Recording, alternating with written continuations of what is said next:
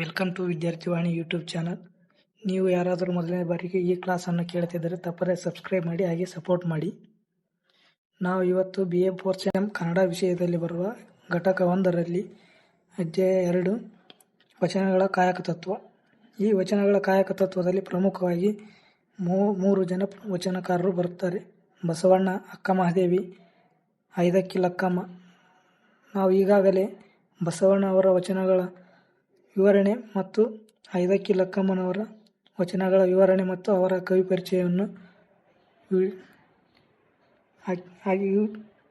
ಈ ಕ್ಲಾಸನ್ನು ಹಾಕಿದ್ದೇವೆ. ಇವರ ಬಗ್ಗೆ ವಿಡಿಯೋವನ್ನು ಅಪ್ಲೋಡ್ ಮಾಡಿದ್ದೇವೆ. ಹೋಗಿ ತಪ್ಪದೆ ಯಾರು ನೋಡಿಲ್ಲ ಇನ್ನು ಹೋಗಿ ನೋಡಿ. ನಾವು ಇವತ್ತು ಅಕ್ಕಮಹಾದೇವಿಯವರ ಪರಿಚಯ ಮತ್ತು ಅವರ ವಚನಗಳ ವಿವರಣೆಯನ್ನು ನೋಡುತ್ತಾ ಹೋಗೋಣ. ಅಕ್ಕಮಹಾದೇವಿಯವರ ಕವಿ ಪರಿಚಯ. ಅಕ್ಕಮಹಾದೇವಿ ಕನ್ನಡ ಸಾಹಿತ್ಯದ ಮೊಟ್ಟ ಮೊದಲ ಕವಿಯತ್ರಿ, ಶ್ರೇಷ್ಠ ವಚನಕಾರ್ತಿ ಹಾಗೂ ಮಹಾನ್ ಶಿವಭಕ್ತಿ. ಚನ್ನಮಲ್ಲಿಕಾರ್ಜುನ ದೇವರನ್ನೇ ತನ್ನ ಪತಿಯನ್ನಾಗಿ ಮಾಡಿಕೊಂಡ ಮಹಾನ್ ಶಿವಶರಣೆ ಅಕ್ಕಮಹಾದೇವಿ. ಇವರು ಶಿವಮೊಗ್ಗ ಜಿಲ್ಲೆಯ ಶಿಕಾರಿಪುರ ತಾಲೂಕಿನ ಉಡುತಡಿ ಅಕ್ಕನ ಜನ್ಮಸ್ಥಳ. ಓಂಕಾರ ಶೆಟ್ಟಿ ಮತ್ತು ಲಿಂಗಮ್ಮ ಇವರು ಅಕ್ಕಳ ತಂದೆ ತಾಯಿಗಳು. ಅಕ್ಕನ ತಂದೆ ತಾಯಿಗಳು ನಿರ್ಮಲ ಶೆಟ್ಟಿ, ಸುಮತಿ ಎಂಬ ಹೇಳಿಕೆಗಳು. ಬಾಲ್ಯ ಕಳೆದು ಯೌವನಾವಸ್ಥೆಗೆ ಬಂದ ಅಕ್ಕನ ಅನುಪಮ ಸೌಂದರ್ಯಕ್ಕೆ ಬನವಾಸಿಯ ಮಾಂಡಲಿಕ, ಕೌಶಿಕ ಅಥವಾ ಕಸಪಯ್ಯ ಮನಸೋಲುತ್ತಾನೆ. ಅಕ್ಕನನ್ನು ಮದುವೆಯಾಗಲು ಬಯಸಿದಾಗ ಅನಿವಾರ್ಯ ಕಾರಣದಿಂದ ಕೌಶಿಕನನ್ನು ಮದುವೆಯಾಗಲು 3 ಷರತ್ತುಗಳನ್ನು ಮೇರೆಗೆ ಒಪ್ಪುತ್ತಾಳೆ. ಕಾಮತುರನಾದ ಕೌಶಿಕನು ಅಕ್ಕನ 3 ಷರತ್ತುಗಳನ್ನು ಮೀರಿದಾಗ ವೈರಾಗಿಣಿಯಾಗಿ ಚನ್ನಮಲ್ಲಿಕಾರ್ಜುನನ್ನು ಬೆರೆಯಲು ಶ್ರೀಶೈಲಕ್ಕೆ ನಡೆದಳು. ಅಕ್ಕನಿಗೆ ಕಲ್ಯಾಣದ ಶರಣರೊಮ್ಮೆ ಕಂಡು ಮಾತನಾಡಿಸಬೇಕೆಂಬ ಆಸೆ. ಈ ಕಾರಣಕ್ಕಾಗಿ ಅಕ್ಕ ಕಲ್ಯಾಣಕ್ಕೆ ಬರುತ್ತಾಳೆ. ಇವರ ಕೃತಿಗಳು. ಅಕ್ಕನ ವಚನಗಳು ಚನ್ನಮಲ್ಲಿಕಾರ್ಜುನ ಅಂಕಿತದಲ್ಲಿದ್ದು ಸದ್ಯ ಅಕ್ಕನ ಸುಮಾರು 350 ವಚನಗಳು ನಮಗಿಂದು ಉಪಲಬ್ಧವಿವೆ. ಅಕ್ಕ ಕೇವಲ ವಚನಗಳನ್ನಲ್ಲದೆ ಸ್ವರಗೀತೆಗಳನ್ನು ರಚಿಸಿದ್ದಾಳೆ. ಕನ್ನಡದಲ್ಲಿ ಸ್ವರಗೀತೆ ಸಾಹಿತ್ಯಕ್ಕೆ ಪೀಠಿಕೆ ಹಾಕಿದ ಮೊದಲ ಗಿತ್ತಿಯು, ಅಂಶ ತ್ರಿಪದಿಯನ್ನು ಮಾತ್ರಗಣ ತ್ರಿಪದಿಗೆ ತಿರುಗಿಸಿದ ಮೊದಲನೇ ಗಿತ್ತಿಯೂ ಅಕ್ಕನೇ. ಆಕೆ ಯೋಗಾಂಗ ತ್ರಿಪದಿ, ಅಕ್ಕನ ಹಾಡುಗಳು ಎಂಬ ಕೃತಿಗಳನ್ನು ರಚಿಸಿದ್ದು ಇವು ಮಾತ್ರಗಣ ತ್ರಿಪದಿಯಲ್ಲಿವೆ.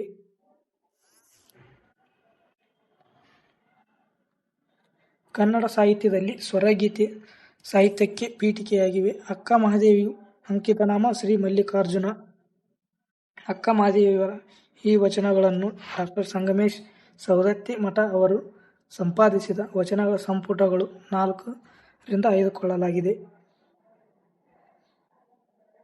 ನೆಕ್ಸ್ಟ್, ಅಕ್ಕಮಹಾದೇವಿಯವರ ವಚನಗಳ ಕಾಯಕತತ್ವದ ಸಂಪೂರ್ಣ ಸಾರಾಂಶದೊಂದಿಗೆ ನೋಡೋಣ.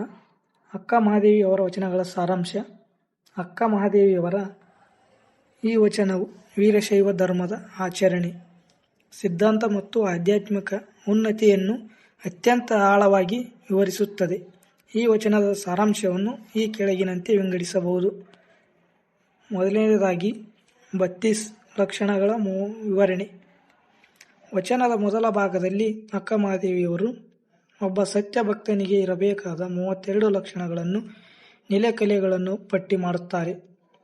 ಇದರಲ್ಲಿ ಸದಾಚಾರ, ಸದ್ಭಕ್ತಿ, ಸತ್ಯ, ಸಮ್ಯಕ್ ಜ್ಞಾನ, ಆಕ್ರೋಧ, ಕೋಪವಿಲ್ಲದಿರುವುದು, ಸತ್ಯವಚನ, ಶಮೆ ದಮೆ, ಇಂದ್ರಿಯ ನಿಗ್ರಹ ಮುಂತಾದ ನೈತಿಕ ಗುಣಗಳ ಜೊತೆಗೆ ದಶವಿಧ ಪಾದೋದಕ, ಏಕಾದಶ ಪ್ರಸಾದ ಮತ್ತು ಲಿಂಗಾರ್ಚನೆಯ ವಿಧಿವಿಧಾನಗಳನ್ನು ಉಲ್ಲೇಖಿಸಿದ್ದಾರೆ. ಈ ಎಲ್ಲ ಆಚರಣೆಗಳು ಕೇವಲ ಭಾವ್ಯ ಕ್ರಿಯೆಗಳಲ್ಲ, ಅವು ಮನಸ್ಸನ್ನು ಶುದ್ಧೀಕರಿಸಿ ಭಕ್ತನನ್ನು ಶಿವಯೋಗಿಯನ್ನಾಗಿ ಮಾಡುವ ಮೆಟ್ಟಿಲುಗಳು. ಬಸವಣ್ಣನವರು ಸೇರಿದಂತೆ ಪ್ರಥಮರೆಲ್ಲರೂ ಈ 32 ನೆಲೆಕಲೆಗಳನ್ನು ಗುರುವಿನ ಮುಖಾಂತರ ಅರಿತು ನಿರಾಭಾರಿ ವೀರಶೈವ ಪಥದಲ್ಲಿ ಪಡೆದರು ಎಂದು ಅಕ್ಕ ಹೇಳುತ್ತಾರೆ. ಎರಡನೆಯದಾಗಿ ಭಾವ ಆಚರಣೆ ಮತ್ತು ಅಂತರಂಗದ ಶುದ್ಧಿ. ಕೇವಲ ಪೂಜೆ ಮಾಡುವುದು ಮುಖ್ಯವಲ್ಲ, ಅದರೊಂದಿಗೆ ಸತ್ಯ ಕಾಯಕ ಮಾಡುವ ಕೆಲಸ ಪ್ರಾಮಾಣಿಕವಾಗಿರಬೇಕು. ಸದ್ಭಕ್ತಿ ಭಿಕ್ಷಾ. ಅಹಂಕಾರವಿಲ್ಲದೆ ಭಕ್ತಿಯನ್ನು ಬೇಡಬೇಕು. ನಡೆ ನುಡಿ, ಆಡುವ ಮಾತು ಮತ್ತು ಮಾಡುವ ಕೃತ್ಯ ಒಂದೇ ಆಗಿರಬೇಕು. ಈ ಗುಣಗಳಿಲ್ಲದೆ ಅಂಧಾನುಕರಣೆ ಮಾಡುವವರನ್ನು ಮೂಢರು ಮತ್ತು ಅಧಮರು ಎಂದು ಅಕ್ಕಮಹಾದೇವಿಯವರು ಕರೆಯುತ್ತಾರೆ. ಅಂಥವರನ್ನು ನಿಜವಾದ ಶಿವಭಕ್ತರೆಂದು ಒಪ್ಪಲು ಸಾಧ್ಯವಿಲ್ಲ ಎಂಬುದು ಈ ವಚನಗಳ ಖಚಿತ ನಿಲುವಾಗಿದೆ. 3ನೇದು ಲಿಂಗೈಕ್ಯ ಮತ್ತು ಜೀವನ್ಮುಕ್ತಿ. ಕೊನೆಯ ಭಾಗ. ವಚನದ ಕೊನೆಯ ಸಾಲುಗಳು ಅಧ್ಯಾತ್ಮದ ಅತ್ಯುನ್ನತ ಸ್ಥಿತಿಯನ್ನು ವಿವರಿಸುತ್ತವೆ. ಕರಸ್ಥಲಕ್ಕೆ ಲಿಂಗ ಸ್ವಾಯತ್ತವಾದ ಬಳಿಕ ಕಾಯಕ ನಿವೃತ್ತಿಯಾಗಬೇಕು.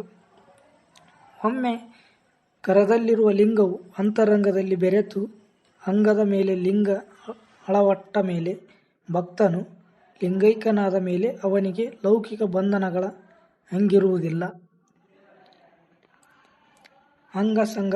ದೇಹದ ಮೇಲಿನ ಮೋಹ ಅಳಿಯುತ್ತದೆ. ಮಾಯೆ. ಪರಶಿವನ ಜ್ಞಾನೋದಯವಾದ ಮೇಲೆ, ಮಹಾಜ್ಞಾನರಿತ ಮೇಲೆ ಅವನನ್ನು ಮಾಯೆ ಆವರಿಸಲು ಸಾಧ್ಯವಿಲ್ಲ ಎಂದು ಹೇಳಿದ್ದಾರೆ. ಇದಿಷ್ಟು ಅಕ್ಕಮಹಾದೇವಿಯವರ ವಚನಗಳ ಕಾಯಕ ತತ್ವದ ಸಂಪೂರ್ಣವಾಗಿ ವಿವರಣೆಯನ್ನು ಮಾಡಿದ್ದೇವೆ. ಪರೀಕ್ಷೆಯಲ್ಲಿ ನಿಮಗೆ ಈ ಅಧ್ಯಾಯದಲ್ಲಿ ಬರುವ ಬಸವಣ್ಣ ಮತ್ತು ಅಕ್ಕ ಮಹಾದೇವಿ, ಐದಕ್ಕಿ ಲಕ್ಕಮ್ಮ ಈ ಮೂವರು ವಚನಕಾರರ ಬಗ್ಗೆ ಟಿಪ್ಪಣಿ ಭಾಗದಲ್ಲಿ 5 ಅಂಕದ ಪ್ರಶ್ನೆಗೆ ಒಂದು ಪ್ರಶ್ನೆಯನ್ನು ಕೇಳಬಹುದಾದ ಪ್ರಶ್ನೆಯಾಗಿದೆ. ನಿಮಗೆ ಈ ವಿಡಿಯೋ ಇಷ್ಟವಾದರೆ ಲೈಕ್ ಮಾಡಿ, ಹಾಗೆ ಕಮೆಂಟ್ ಮಾಡಿ. ಮುಂದೆ ನಿಮಗೆ ಯಾವ ವಿಷಯದ ಬಗ್ಗೆ ಕ್ಲಾಸ್ ಮಾಡಬೇಕೆಂಬುದನ್ನು ಕಮೆಂಟ್ ಮೂಲಕ ತಿಳಿಸಿ. ನಾವು ಆ ವಿಡಿಯೋವನ್ನು ನೆಕ್ಸ್ಟ್ ಕ್ಲಾಸಿನಲ್ಲಿ ಹೇಳುತ್ತೇವೆ.